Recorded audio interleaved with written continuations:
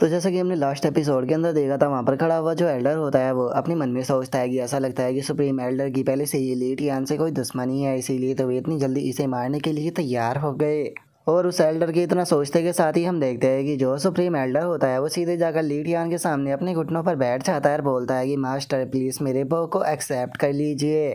और supreme Elder को इस तरह से लीटियान के सामने बो डाउन करता हुआ देखकर वहाँ पर खड़े हुए सभी के सभी एल्डरों की आंखें भी फटी की फटी रह जाती है। जिसके बाद में जो लीटियान होता है वो सुप्रीम एल्डर को साफ मना करते हुए बोलता है कि मैं तुम्हारा मास्टर नहीं हूँ। जोसन का सुप्रीम एल्डर बोलता है कि मास्टर मैं जानता हूँ, लेकिन प्लीज़ मुझे अपने डिसाइपल के रूप में एक्सेप्ट कर लीजिए। जोसन का लीटियान दूसरी तरफ अपना चेहरा घुमा लेता है, लेकिन जो सुप्रीम एल्डर होता है वो पीछा नहीं छोड़ता और बोलता रहता है कि मास्टर प्लीज़ मुझे एक्सेप्ट कर लीजिए। लेकिन जो लीटियान होता है वो उसकी बात के लिए बिल्कुल भी एग्री नहीं करता। और वहीं सुप्रीम एल्डर जो होता है वो बहुत ही क्यूट सा फेस बनाकर जो लीटियान होता है उसे अपना मास्टर बनाने के लिए उसे एग्री करा रहा होता है। और इस चीज़ को देखने के बाद में तो वहाँ पर खड़ा हुआ जो सेक्ट मास्टर होता है उसका भी मुंह खुला का खुला रह जाता है। और वो शौक होते हुए अपने मन में सोचता है कि आखिर सुप्रीम एल्डर को क्या हो गया, वे तो हमेशा ही एटीट्यूड के अंदर रहते हैं, लेकिन वे यहाँ पर इस बच्चे का डिसाइपल बनने के लिए किस तरह से उसके सामने नील डाउन कर रहे हैं। और सेक्ट मास्टर की इतना सोचते के साथ ही जो लीटियान होता है वो सुप्रीम एल्डर से बोलता है कि मैं तुम्हें अपने डिसाइपल के रूप में एक्सेप्ट जो है वो नहीं कर सकता हूँ, क्योंकि जो तुम्हारा टैलेंट है वो सच में बहुत ही ज़्यादा बेकार है। जो सुनते के साथ ही तो जो सेक्ट मास्टर होता है उसका दिमाग ही फटने लगता है और वो चिल्लाते हुए बोलता है कि जरा देखो तो सुप्रीम एल्डर जो कि इतने पावरफुल है, उसे ये बच्चा कह रहा है कि वो उसे अपने डिसाइपल के रूप में एक्सेप्ट नहीं करेगा क्योंकि उसका टैलेंट बेकार है। और सेक्ट मास्टर के इतना बोलते के साथ ही वहाँ पर खड़ा हुआ एल्डर जो होता है वो दूसरे एल्केमी एल्डर से बोलता है कि मूचैन मुझे यहाँ पर बिल्कुल भी यकीन नहीं हो रहा, लगता है कि मैं सपना देख रहा हूँ, तो प्लीज़ मुझे एक पंच मारो। जो सुनते के साथ ही वो एल्डर जो होता है वो दूसरे एल्डर को पंच जड़ देता है। और वहीं जो शीयान की मदर होती है वो भी इस चीज़ को देखकर बहुत हैरान हो रही होती है और चिल्लाते हुए बोलती है कि ये चीज़ तो बिल्कुल भी यकीन करने के लायक नहीं है। और उसके इतना बोलते के साथ ही जो सुप्रीम एल्डर होता है वो लीटियान से बोलता है कि मास्टर लीटियान मैं जानता हूँ कि हाँ मेरा टैलेंट बहुत ज़्यादा बेकार है और मैं इस लायक नहीं हूँ कि आप मुझे अपने डिसाइपल के रूप में एक्सेप्ट करें, लेकिन इससे अलग मैं आपसे एक और रिक्वेस्ट जो है वो करना चाहता हूँ, तो क्या आप प्लीज़ मेरी इस रिक्वेस्ट को फुलफ़िल कर सकते हैं। जो सुनकर लीटियान भी उससे उसकी दूसरी रिक्वेस्ट पूछता है तो सुप्रीम एल्डर उसको बताता है कि जैसा कि आप जानते ही हो कि मेरा सेक्ट जो है वो धीरे धीरे कर कर कमज़ोर होता हुआ जा रहा है। हर जनरेशन पुरानी जनरेशन से ज़्यादा बेकार होती है, लेकिन मैं अपने सेक्ट को रिवाइव करना चाहता हूँ। तो क्या आप प्लीज़ हमारे सेक्ट के अंदर से 8 डिसाइपलों को 1 महीने के लिए ट्रेनिंग जो है वो दे सकते हो। जो सुनकर लीटियान जो होता है वो सुप्रीम एल्डर की बात का जवाब ना देते हुए अपने चेहरे को दूसरी तरफ घुमा लेता है। जो देखकर सुप्रीम एल्डर जो होता है वो बोलता है कि ठीक है आप 5 लोगों को केवल आधे महीने तक सिखा देना।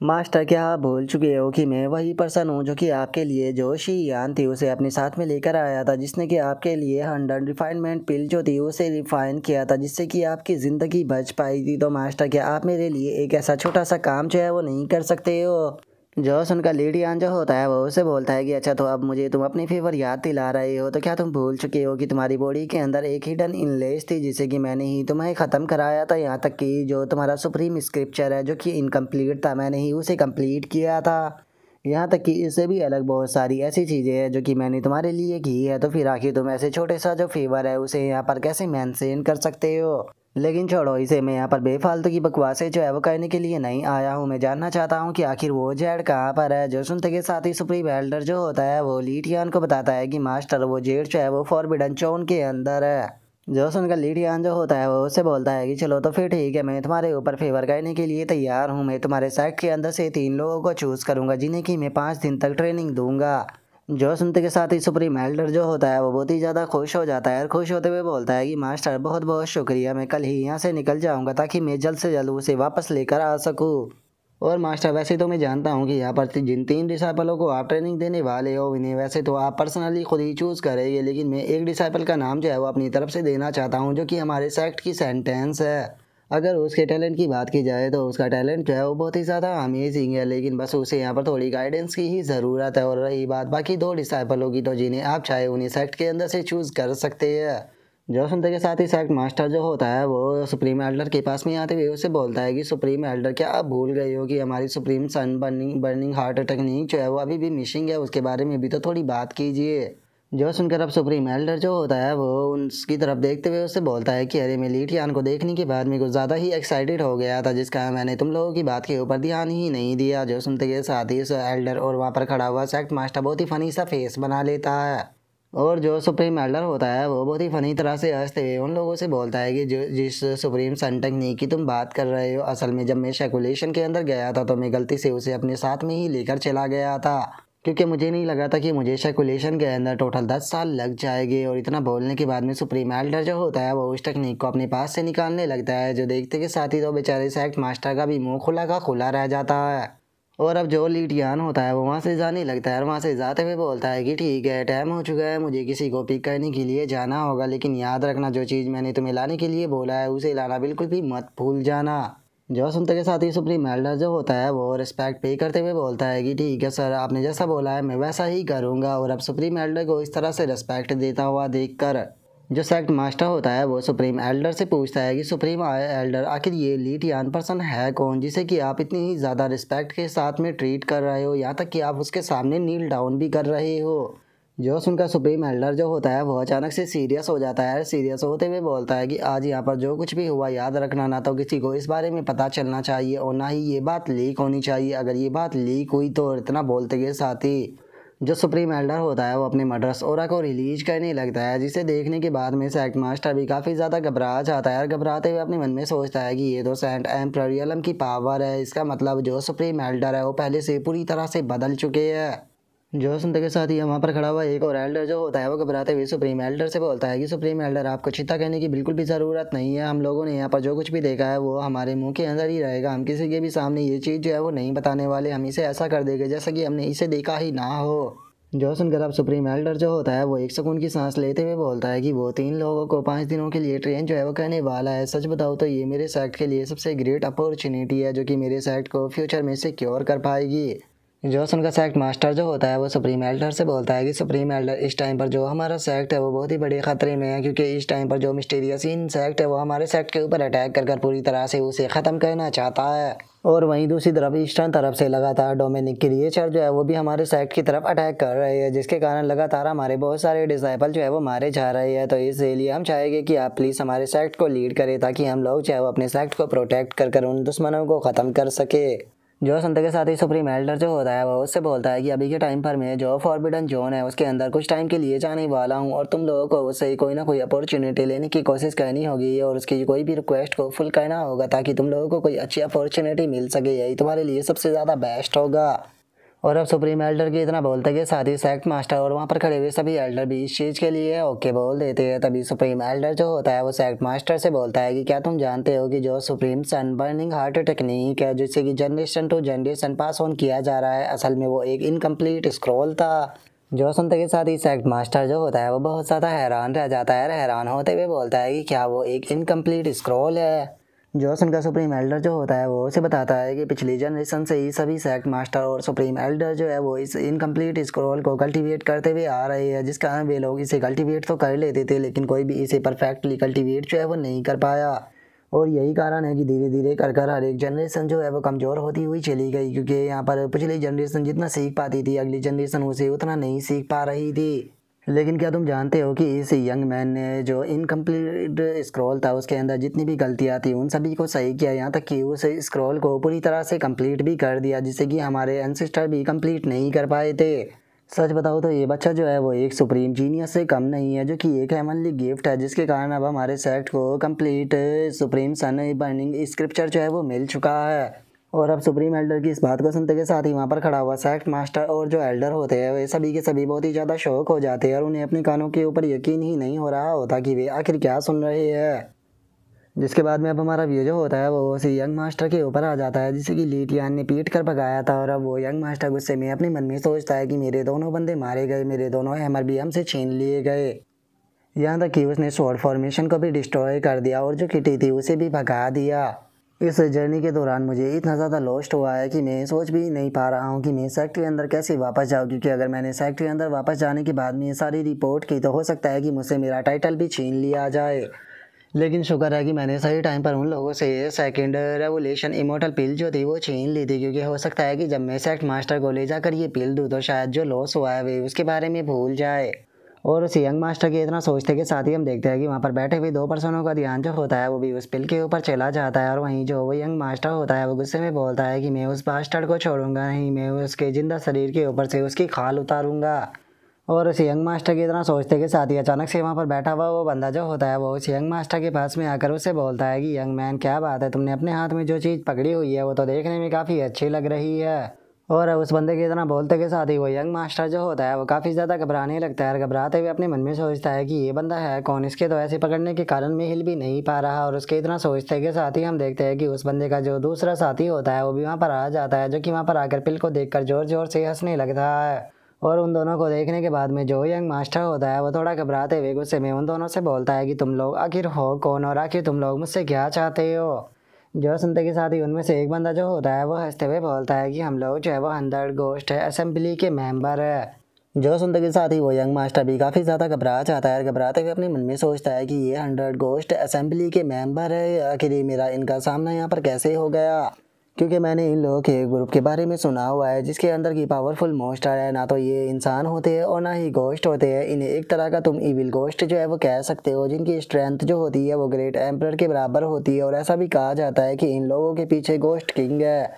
और अभी इतना सोच कर वो यंग मास्टर जो होता है वो थोड़ा घबराते हुए हंसते हुए उन दोनों से बोलता है कि अच्छा, तो आप लोग जो है वो गोस्ट ग्रुप के मेंबर हो, लेकिन क्या मैं जान सकता हूँ कि आप लोगों को मुझसे क्या काम है। जो सुनते के साथ ही एक गोस्ट मेंबर जो होता है वो उससे बोलता है कि तुम्हारी बात को सुनकर ऐसा लगता है कि तुम किसी से अपना बदला लेना चाहते हो, तो हम लोग जो है वो यहाँ पर तुम्हारी मदद करने के लिए आए हैं। जो सुनते के साथ ही दूसरा गोस्ट मेंबर जो होता है वो भी हंसते हुए बोलता है कि हाँ, तुमने कहा कि तुम यहाँ पर जो हार्ट क्लीनिंग सेक्ट है उसे डिस्ट्रॉय करना चाहते हो, तो सच बताओ तो हम लोग भी यहाँ पर हार्ट क्लीनिंग सेक्ट को ही डिस्ट्रॉय करने के लिए आए हैं, तो इस तरह से हम लोग यहाँ पर तुम्हारी मदद कर सकते हैं। जो सुनते के साथ ही वो यंग मास्टर जो होता है वो भी थोड़ा सा खुश हो जाता है और खुश होते हुए उन दोनों से बोलता है कि क्या आप दोनों गोश्त ब्रदर जो है वो सच में यहाँ पर मेरी मदद करने वाले हो। जो सुनकर पहला गोश्त मेंबर जो होता है वो उस यंग मास्टर से बोलता है कि हाँ बिल्कुल, हम लोग जो है वो तुम्हारी मदद ज़रूर करेंगे, लेकिन ये मदद जो है वो फ्री में नहीं होने वाली, तुम्हें यहाँ पर रिवॉर्ड के तौर पर जो पिल तुम्हारे पास में है वो हमें देनी होगी। जो सुनते के साथ ही अब वो यंग मास्टर जो होता है वो थोड़ा सा घबरा जाता है और घबराते हुए उन लोगों से बोलता है कि अगर आप दोनों जो है वो इस काम के बदले में रिवॉर्ड चाहते हो तो मैं आप दोनों को रिवॉर्ड देने के लिए तैयार हूँ। शायद आप नहीं जानते होगे कि मैं मिस्टीरियस इंसेक्ट का यंग मास्टर हूँ। इस काम को करने के बदले में आपको जो भी हेवनली मटेरियल या फिर अर्थली ट्रेजर चाहिए मैं आपको अपने सेक्ट के अंदर से दिला सकता हूँ। और अब उस यंग मास्टर की बात को सुनकर जो वे गोस्ट मेंबर होते हैं वो थोड़ा सा नाराज होने लगते हैं। और उनमें से एक जो होता है वो उस यंग मास्टर से बोलता है कि क्या तुम हमें ये नहीं देना चाहते। जो सुनते के साथ ही जो वो यंग मास्टर होता है वो थोड़ा घबराते हुए उसे बोलता है कि ब्रदर गोस्ट, आप समझ नहीं रहे हो, मैंने अपना सारे ट्रेजर जो है उन्हें खो दिया है। अब मेरे पास में यही केवल पिल जो है वो बची है जिसे कि मैं अपने सेक्ट के अंदर लेकर जाना चाहता हूँ। अगर मैंने ऐसा नहीं किया तो मेरी पोजीशन चली जाएगी। और उसकी इस बात को सुनकर जो दूसरा गोश्त मेंबर होता है वो उसे बोलता है कि सच में तुम तो बहुत ही ज़्यादा ज़िद्दी हो, लगता है कि तुम ऐसे नहीं मानोगे। और इतना बोलते के साथ ही हम देखते हैं कि वो गोश्त मेंबर जो होता है वो सीधे यंग मास्टर के हाथ को ही चबा जाता है, जिसका वो यंग मास्टर भी दर्द के मारे चिल्लाने लगता है। लेकिन तभी वो दूसरा गोश्त मेंबर जो होता है वो पहले वाले के मुंह के अंदर से उस पिल को निकालते हुए बोलता है कि बास्टर्ड, तुम इस पिल को अकेले अकेले नहीं खा सकते हो, तुम पहले ही उसके हाथ को खा गए हो। और इतना बोलते के साथ ही वो उसके मुंह के अंदर से जो वो पिल होती है उसे निकाल लेता है, जो कि उसके थूक के अंदर बढ़ चुकी होती है, जिसे देखकर वो गोश्त मेंबर दूसरे वाले से बोलता है कि बास्टर्ड, तुम सच में बहुत ही ज़्यादा डिस्गस्टिंग हो, तुमने इस पिल की क्या हालत कर दी। अब इसी मॉडल पिल को खाने का मेरा कोई भी इंटरेस्ट जो है वो नहीं रहा।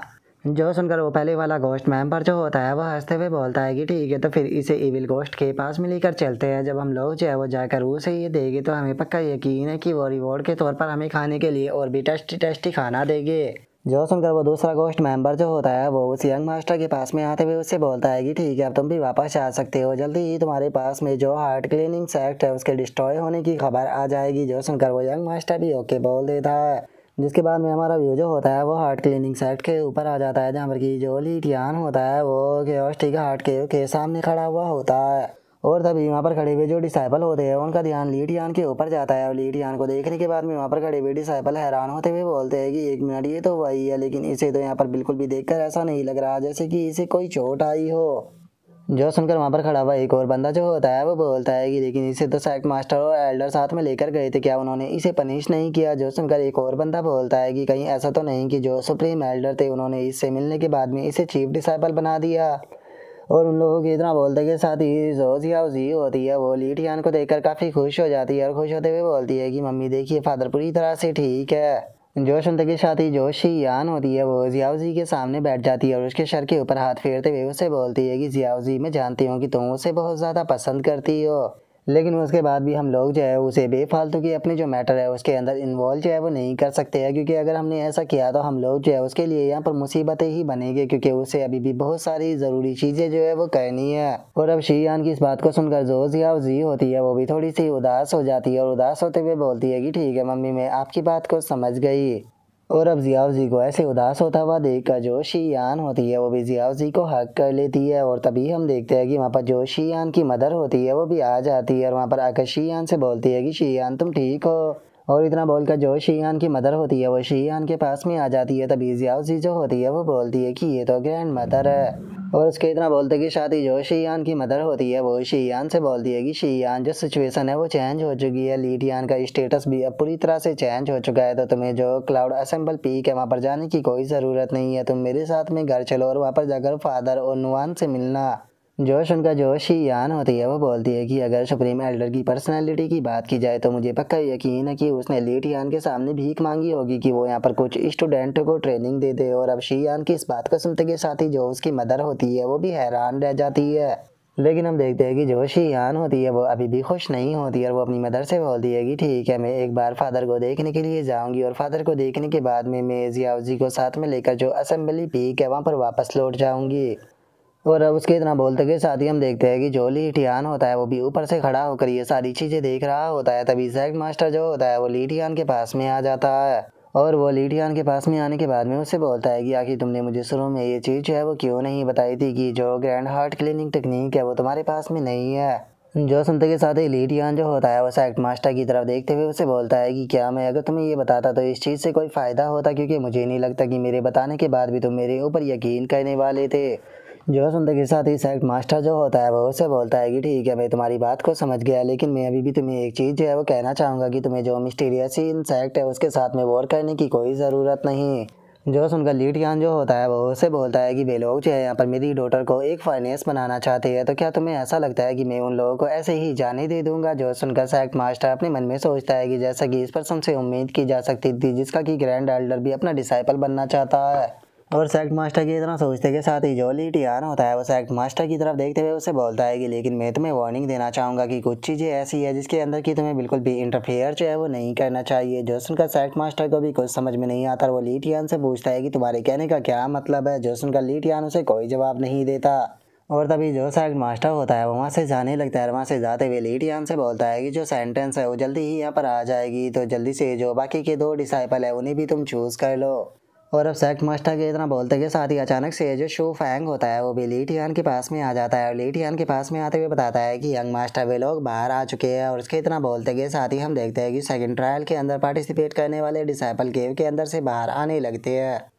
और हम देखते हैं कि जो जियाओ या होता है वो भी उन लोगों के साथ में केव के अंदर से बाहर आ जाता है। तभी एक डिसाइपल जो होता है वो दूसरे डिसाइपल के पास में आते हुए उसको बताता है कि सीनियर ब्रदर मा युवान जिन लोगों ने सेकंड ट्रायल को पास किया है वे सभी के सभी यहाँ पर है।